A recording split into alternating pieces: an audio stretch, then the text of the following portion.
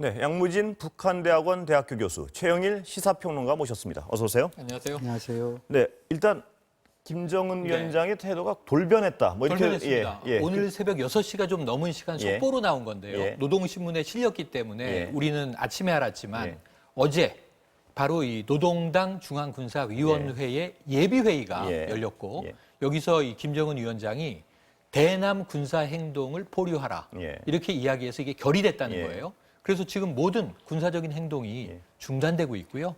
우리가 걱정했던 대남 전단 살포라든가 또는 이 대남 확성기 설치 사흘 만에 지금 다시 철수되고 있고 모든 부분들에 대한 북한의 군사적 행동은 멈추고 있는 상황입니다.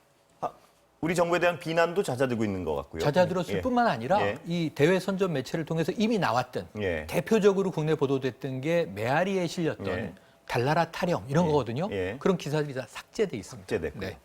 교수님, 돌연 아주 심각한 방향 전환 같습니다. 어떻게 보십니까? 일단은 왜 이런 거라고 추정하십니까? 결론적으로? 일단 그 당중앙위원회 그 중앙군사위원회죠. 예비 화상회의에서 밝혔죠. 최근 정세 평가를 했다. 아마 정세 평가 거기에 대한 김정은 위원장의 판단이 핵심적 요인이겠죠. 뭐 간단히 이야기하면 우리 요인, 한국 요인론에서는 최근 우리 정부가 전단살포 방지에 대한 의지 또 그리고 이제 볼턴, 회고를 보면은 문재인 대통령이 나름대로 북미 정상 간에 중재 역할을 충실했다 이에 대한 재평가 이게 있었겠죠. 또 중국 요인이 하나 있습니다. 중국이 최근에 북한에 대해서 식량, 비료, 지원 이런 여러 가지 이야기 있지 않습니까? 이런 상황에서 지원을 하되 한반도 평화 안정을 바란다 이런 메시지 있겠죠. 그다음 하나 더 추가하면은 지금 이제 남북 관계는 상당히 좋지 않지만 북미 관계는 괜찮습니다. 북미 간의 체력이기 때문에 그렇다면 미국도 뭔가 북한에 메시지 줬고 가장 중요한 대목은 김정은 위원장이 최고 존엄과 주민 간의 운명 공동체, 생명 공동체 그 연장선상에서 체제 결속을 어느 정도 이뤘다. 그에 대한 자평. 소기의 목적을 달성했다고 자평하는 그렇습니다. 건가요? 미국이 어떤 메시지를 줬을 가능성도 있다고 보시는 거군요. 그 며칠 사이에. 왜냐하면 그 이 시간상을 보면은 최근에 우리 그 이도훈 한반도 교섭본부장이 미국 가가지고 이 비건 부장관하고 만났지 않습니까? 그렇죠. 뭐 지금 이제 전혀 이 결과에 대해서 언론 보도는 없습니다만도 제가 전반적으로 평가하기로는 나쁘지 않았다. 나쁘지 않았고 거기서 어떤 메시지가 합의가 있었고 그게 전달됐을 것이다. 그렇죠. 이렇게. 뭐 예를 들어 가지고 지금 이제 남북 관계 악화를 통한 한반도 긴장 구조 이것이 이 북미 간에 별로 도움이 된다. 그리고 이 한반도 상황이 어느 정도 진정되면은 나름대로 북미 간의 대화의 여지가 있다.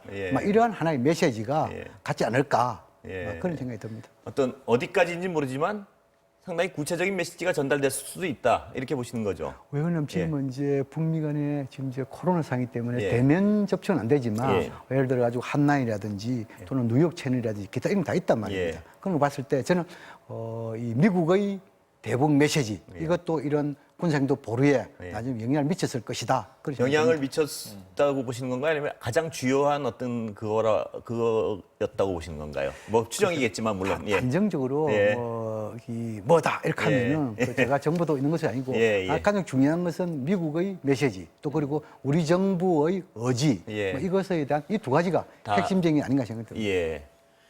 자, 평론가님. 네. 김여정 부부장의 어떤 메시지는 굉장히 험악했고 말도 험했는데요. 지금 김정은 위원장이 16일 만에 극적으로 등장해서 분위기를 완전히 바꿔버렸습니다. 그렇습니다. 어떤 상황이라고? 그러니까 사실은 6월 7일에 잠깐 매체에 등장은 했어요. 근데 그때도 회의를 주재하는 모습이었는데 경제에 대한 거론만 하고 남북 관계라든가 군사적 긴장 강화 조치에 대한 언급은 전혀 없었죠. 근데 그 전에 6월 4일에 김여정 제1부부장의 첫 담화가 나온 거예요. 대북 전단에 대한 문제 제기를 강하게 하면서 이게 합의 위반이다. 그러면 우리도 앞으로 강력한 대응 조치를 할 수 있다 하고 몇 가지가 나열되는데 그 다음부터 그게 구체화된 과정의 결과 안타깝게도 6월 16일에 남북 공동 연락사무소의 폭파까지를 우리가 보게 됩니다. 여기까지가 이제 완전히 에스컬레이션 되는 과정이었다고 본다면 이 사이에 왜 김정은 위원장이 등장하지 않는가 여기에 대한 의문이 계속 제기됐거든요. 어찌 보면 이 백두혈통 남매의 롤플레이가 아니겠느냐. 그래서 오늘 아침 보도를 보시면 대부분 이걸 굿캅, 배드캅 역할로 지금 이제 분석들을 하고 있는데 그랬을 가능성도 있고 그러니까 이게 시나리오 베이스로 단계적으로 가다가 결정적인 시점에는 물꼬를 터야 되니까 결국 이것을 전환하기 위해서는 마지막 최고 존엄의 역할을 남겨둔 것일 수 있고요. 우리가 그 과정에서 아마 양 교수님 해석을 좀 들어봐야 되는데 가장 중요하게 본 대목이 우리 정부는 6.15 20주년을 맞아서 이 긴장을 풀어보기 위해서 비공개 특사 제안을 했어요. 근데 이걸 공개해버렸죠, 북한이. 그런데 김여정 제1부부장이 특사를 거부한다. 그러니까 사실은 특사로 내려왔던 인물이에요, 2년 전에. 국무위원장의 특사 역할을 했던 지금 현재 제1부부장이 이 우리나라 대통령의 특사를 거부할 권한이 있는 것인가? 여기에 대한 문제제기가 있었거든요. 그렇다면 오히려 특사가 아니라 더 상위급에서 정상 대 정상의 만남을 예고한 것일 수도 있다. 이제 이런 해석도 있었는데 거기에 대한 이제 조금씩 이 의문이 풀려가는 첫 단추가 아닌가 싶습니다. 교수님 어떻게 보십니까? 그 김여정 부부장과 김정은 위원장이 역할 분담이다. 이런 분석이 어제 오늘 많았습니다. 맞아요. 어떻게 보십니까? 뭐 과정을 보면은 뭐 그런 해석도 나는 타당성이 있다 보는데, 근데 이제 이 김여정이가 그 좀 악역을 맡을 수밖에 없는 이유는 두 가지입니다. 첫 번째는 최고 존엄 문제 있지 않습니까? 김정은 위원장이 최고 존엄이 자신인데 자신이 자신의 문제를 들고 나설 수는 없잖아요. 또 하나는 문제 뭐냐니까 김여정이가 혹시 대남 문제에 총괄하지 않는다면 이번에 나타날 수 있을까? 하면 반문이 가능하잖아요. 그렇다면 김여정이가 그래도 최고 존엄 문제에 대해서 가장 김정은 위원장에서 믿을 수 있고 또 그리고 대남 문제에 대해서 총괄을 하고 있기 때문에 그래서 저는 김여정이 나타났다 보여주고 북한에서 쉽게 말해서 강경파, 온건파 없습니다.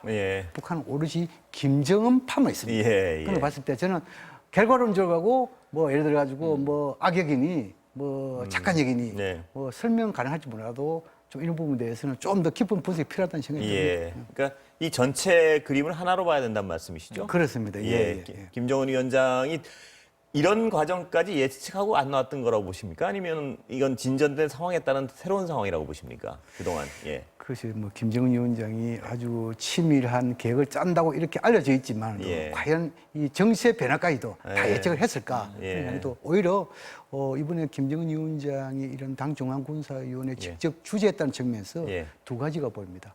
지금까지 김정은 위원장이 이번 그 군사적인 행동, 예를 들어 가지고 김여정 제1부부장이 지시하고 했다 손치더라도 자신의 권위와 관계되는 당 중앙군사위원회 자기가 확고히 다 당정군을 장악하고 있다.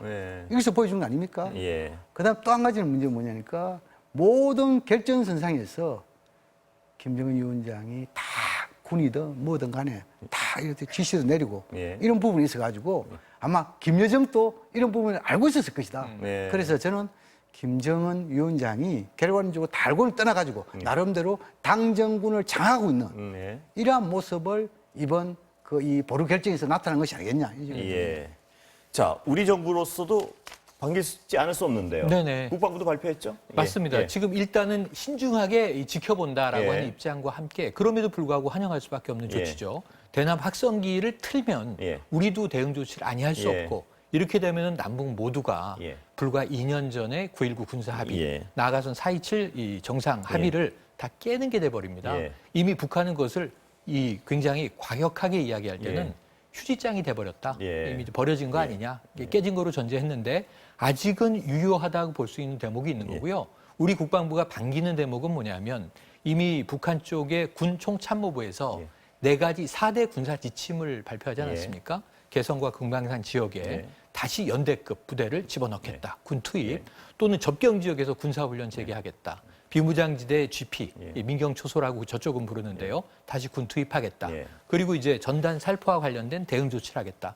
근데 이 모든 게 지금 일단 올스톱된 상황이에요. 그래서 저 사흘 동안 이 비무장지대에 긴장이 고조되던 대목이 무엇보다도 이게 교전 가능성보다 선전선동전이 시작된다면 서로 별 효과가 없음에도 불구하고 이건 상당히 분위기가 악화되는 흐름으로 가는 건데 그게 지금 일단은 올스톱 됐죠? 올스톱인데 이 보류라는 말의 의미가 좀 중요합니다. 이게 언제든 다시 시작할 수 있다는 뜻이겠죠? 그러니까 그게 중앙군위원회의의 본회의면 모르겠는데 지금 예비회의라는 게 좀 이례적이에요. 보류가 걸렸는데 만약에 예비회의라는 게 본회의를 또 예고하고 있다면 여기선 보류를 그럼 철회하거나 완전히 중단할 것인지 아니면 재개할 것인지 여지는 남아 있어서 아직은 신중한 대목입니다. 간단히 더 정리해 보면 우리 정부를 향해서 우리 언제든 다시 시작할 수 있는 상황이다. 지금 뭐 다 보류한 건 아니다. 그럼에도 뭐 이런 불구하고 메시지가 일단은 화해적 제스처를 던진 것이다. 맞습니다. 교수님 어떻습니까? 이 확성기 같은 경우에 다른 건 다 이해가 가는 확성기 같은 경우에는 바로 어제 틀고 좀 경솔해 보일 정도로 방향이 확 바뀌었습니다. 이건 어떻게 보십니까? 그렇죠. 정세 변화가 한 하루 만에 확 있었던 건 아닌 것 같은데요. 그렇죠. 북한이 이제 뭐 일사불란하게 움직인다는 측면에서 평가할 수 있고 또 다른 한편으로는 그게 얼마나 낭비입니까? 그런 점이 있는데 어떤 간 제가 보기에는 이 확성기, 군이라는 것은 명예에 살고 명예에 죽지 않습니까? 그렇기 때문에 북한 체제가 그렇다 이렇게 보여주고 그러나 이 북한 입장에서는 제가 조금 전에 말씀을 못 드린 부분 하나 있는데 이 김여정 제1부부장의 이런 후계자설과 이인자설 이번에 좀 뭐랄까 우리가 그 판가름할 수 있는 하나의 그 징후랄까요? 이것이 당 중앙군사위원 예비의 결정사에 나타났다. 다시 말해서 후계자 같으면 후계자 같은 일종의 공동 정권이라고 볼 수 있거든요. 예를 들어가지고 김정은 위원장과 김여정 사이 이런데 그러면 후계자를 상당히 존중해주고 띄워줘야 되잖아요. 근데 지금 후계자 만약에 됐다면 김여정을 그렇게 못하잖아요. 그렇기 때문에 지금은 이제 현재의 상황에 봤을 때는 김여정이가 후계자 이건 설득이 떨어지고 오히려 이인자, 그러니까 이인자의 지시, 행동 이것은 언제든지 바뀔 수 있다는 것을 보여주는 것이죠. 여기서 좀 우리의 강조할 점이 있다고 생각합니다. 후계자가 아니라는 것은 분명히 드러났다 이렇게 평가를 하시는 거죠. 그렇죠. 이제 우리가 통상적으로 후계자 하면은 두 가지 징후가 있어야 되잖아요. 하나는 군사 분야에 대해서 칭호가 있어야 돼요. 예를 들어 당중앙 군사위원 이 김여정 그것이 없습니다. 두 번째는 김여정에 대한 우상화 어릴 때 뭐 품성이 좋다든지 이런 것도 없단 말입니다. 그래서 이것은 후계자는 설득이 떨어지고 이인자 있고 여기서 지금 이제 우리 아까 최 의원님께 좋은 말씀했는데 지금 이제 예비 화상회의단 말입니다. 근데 예비 화상회의의 그 내용을 보면 핵심적인 게 뭐냐면 심의라는 용어가 있습니다. 연구라는 용어가 있습니다. 보루 결정에는 이 세 가지 핵심적인 용어입니다. 그런데 심의와 연구 이거는 회의에서 그냥 한문 이것을 한번 다루었다. 이 정도입니다. 핵심적인 건 보루 결정인데 이 분야에 대해서 이제 우리 최 의원하고 조금 뭐랄까 분석이 다를 수 있는데 저는 보루 결정이 있어가지고 상당히 중요하다고 생각합니다. 예를 들어가지고 이것이 물론 본회의에서 하면 더 좋겠지요. 그러나 이 예비회에서도 이루겠다는 것은 적어도 날짜를 뭐 한 달간, 두 달간 한번 봐가면서 이 기간을 둬가지고 보류한다. 라고 한다면 무슨 조건이 있지 않겠습니까? 이게 없단 말입니다. 두 번째. 이렇게 보류 결정하고 나서 직후에 곧장 이 북한에서 군사적 징후 이런 것이 다 원위치를 가고 있단 말이에요. 그럴 경우에 이걸 볼 때는 저는 오히려 철회에 가까운 이런 결정이 아니냐고 보여지고 그렇다면은 좀 더 한 발짝 더 나아가가지고 지금 이제 북한의 통전부에서 한 이 남측에 대한 모든 연락 채널 이것이 단절이 아닙니까? 이것을 좀 더 빨리 벗고 그렇다면 적어도 김정은 위원장이 정상국가의 정상 지도자상으로서 국사에 좀 더 칭찬을 받을 것이다. 이렇게 생각이 듭니다. 철회에 가까운 결정을 내렸다는 그 분석을 하시면서 동시에 그럼 그만큼 정세 변화가 컸다는 말씀이겠죠? 그렇습니다. 그 며칠 동안? 예. 그 철회에 가까운 결정을 할 만큼 어떤 정세 변화가 있었다는 판단을 하신 거죠? 그 정세 변화가 아까 방금 제가 말씀대로 한국 요인, 미국 요인, 중국 요인. 그 세 가지의 변화가 그 중에서 가장 중요한 것이 한국과 미국 요인이 아니겠느냐. 그렇게 분석을 합니다. 그런데 말입니다. 거기 노동신문 내용을 보면요. 전쟁 억지력 강화 이런 표현이 있습니다. 이 얘기는 그래도 이 상태로 가다간 어떤 다른 일을 할 수 있다 이런 압박 아니겠습니까? 어떻게 보십니까? 그래서 이제 뭐 전쟁 억제기라는 것이 이제 지금까지 당중앙군사위원회라든지 정치국 회의라든지 뭐 일례로 지난 연말에 한 당중앙 전원회의부터 나온 이야기죠. 그래서 이제 그때는 핵전쟁 억제력 이랬는데 이번에 이제 핵자가 빠진 그런 부분인데 뭐 저는 지금은 이제 현재의 전쟁이라는 것은 소위 말해서 50년대 제대식 전쟁이 아니잖아요. 다 핵을 가진 핵전쟁이기 때문에 그래서 이것이 핵이 들어갔냐 안 들어갔냐 그에 대해서는 큰 의미 부여할 필요 없다. 이런 생각이 듭니다. 새로운 어떤 북한이 전략무기 공개나요? 뭐 이런 가능성도 있다고 보십니까? 그러니까 지금 오늘은 일단은 좋은 시그널이 북쪽에서 왔기 때문에 이것을 우리가 어떻게 활용할 것이냐, 또 미국은 이것을 어떻게 활용할 것이냐, 긍정적으로 전환시켜내는 게 우리가 멈췄으니까 잘 됐다가 아니라 틈을 준 거잖아요, 북쪽에서. 그렇다면 이 틈을 이제 미국과 우리는 활용해야 되는데 나쁜 쪽 시그널들을 몇 개 정리해 보면 사실은 6월 4일 이 김여정 제1부부장의 첫 담화부터 최근까지 주로 이 대남 사업을 대적 사업으로 전환하고 남쪽 때리기만 했다. 근데 미국에 대한 시그널도 3번은 나왔어요. 그러니까 이제 북한 외무성의 북미 국장이 당신네 앞마당이나 잘 정리하라. 통신선 두절을 9일 날 했단 말이에요. 근데 미 국무성에서 실망스럽다라는 표현을 내자 맞받아친 거고요. 더 세게. 두 번째로는 리선고 외무상이 6월 12일이 싱가포르 회담 2주년이잖아요. 이때 2년 전에 맞잡았던 손을 놓아야 되지 않을까 하는 고민도 하고 있다라는 이 취지의 발언을 또 해요. 입장문을 내서. 세 번째로는 최근에 이제 주러시아 북한 대사관 쪽에서 보도문을 통해서 한반도의 전쟁이 발발한다면 미국은 핵 공격을 받게 될 것이다.